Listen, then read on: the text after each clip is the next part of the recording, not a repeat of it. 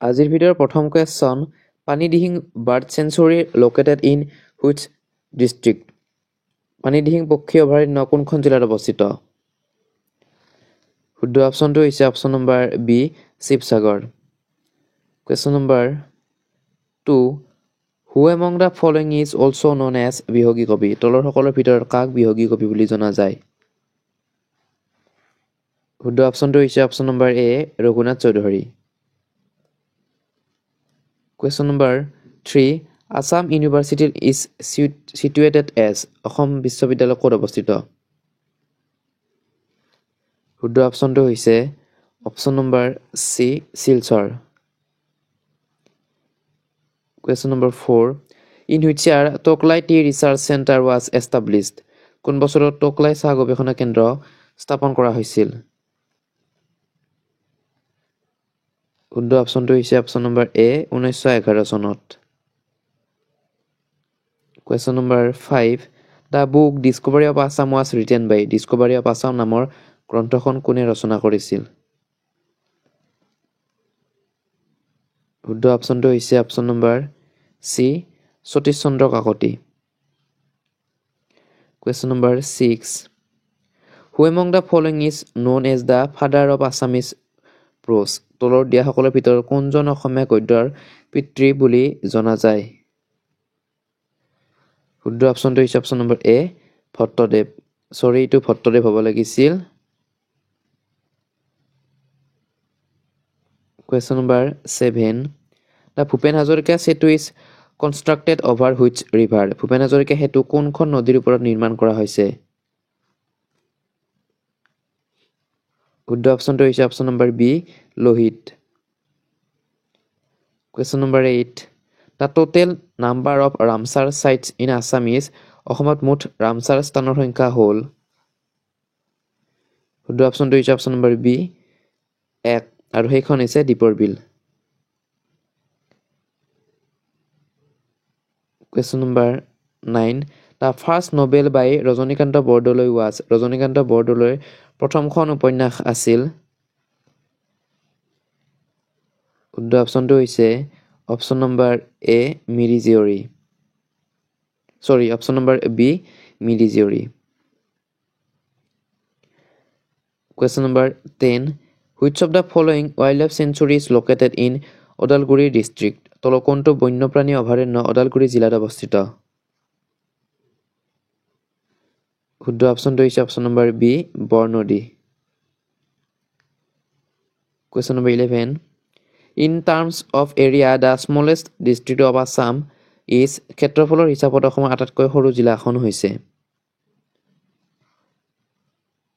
শুদ্ধ অপশ্যনটো হৈছে অপশ্যন নম্বৰ এ, সাউথ চালমাৰা মানকাছাৰ।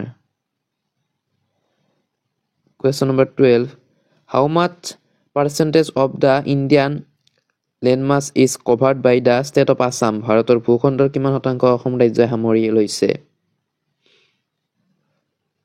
শুদ্ধ অপশ্যনটো হৈছে option number B, 2.39%। Question number 13, Lachit Divas is celebrated on? Lachit দিৱস কেতিয়া পালন কৰা হয়? সকলোৱে জানে। শুদ্ধ অপশ্যনটো হৈছে option number A, 24 November. Question number 14, Name the only novel written by Lakshminath Bezbaruah? Lakshminath বেজবৰুৱাই ৰচনা কৰা একমাত্ৰ উপন্যাসখন হৈছে? এইটো প্ৰশ্ন এছআই পৰীক্ষাটো আহি গৈছে। শুদ্ধ অপশ্যনটো হৈছে অপশ্যন নম্বৰ চি, পদুম কুঁৱৰী।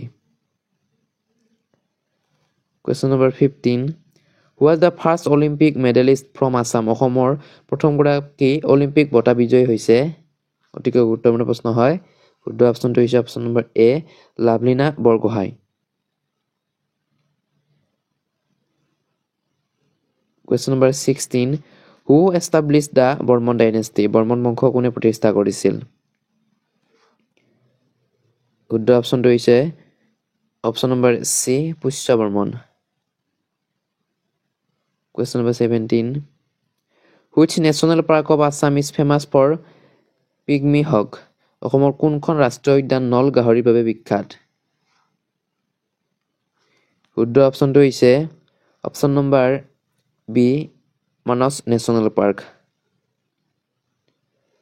Question number 18, When was the Dibrugarh district separated of Lakhimpur? কিমান চনত ডিব্ৰুগড়ক লখিমপুৰৰ পৰা পৃথক কৰা হৈছিল? শুদ্ধ অপশ্যনটো হৈছে অপশ্যন নম্বৰ ডি 1976 চনত 1976. Question number 19. Which of the following place is called as the Navadip of Assam? তলৰ কোনখন ঠাইক অসমৰ নৱদ্বীপ বুলি কোৱা হয়? শুদ্ধ অপশ্যনটো হৈছে অপশ্যন নম্বৰ বি নলবাৰী. নলবাৰীক অসমৰ নৱদ্বীপ বুলি কোৱা হয়. Question number 20. লোকপ্ৰিয় Gopinath Bordoloi international airport was established in the year. লোকপ্ৰিয় গোপীনাথ বৰদলৈ বিমানবন্দৰ কিমান চনত স্থাপন কৰা হৈছিল? শুদ্ধ অপশ্যনটো হৈছে অপশ্যন নম্বৰ বি 1958 1958 চনত. Question number 21. Which is the largest south bank tributary of Brahmaputra? ব্ৰহ্মপুত্ৰৰ দক্ষিণৰ আটাইতকৈ দীঘল উপনদীৰ নাম কি? শুদ্ধ অপশ্যনটো হৈছে option number B Kopili. Question number 22. The Assam State Zoo and Botanical Garden was established in.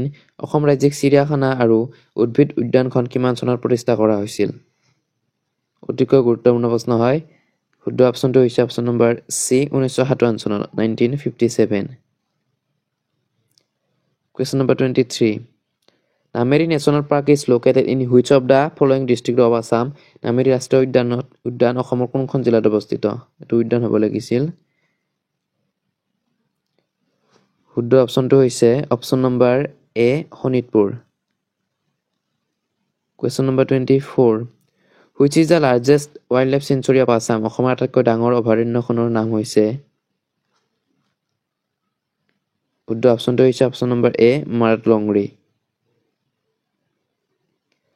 Question number 25. Which river flows near Orang National Park? Orang ৰাষ্ট্ৰীয় উদ্যানৰ কাষেৰে বৈ যোৱা নদীখনৰ নাম হৈছে?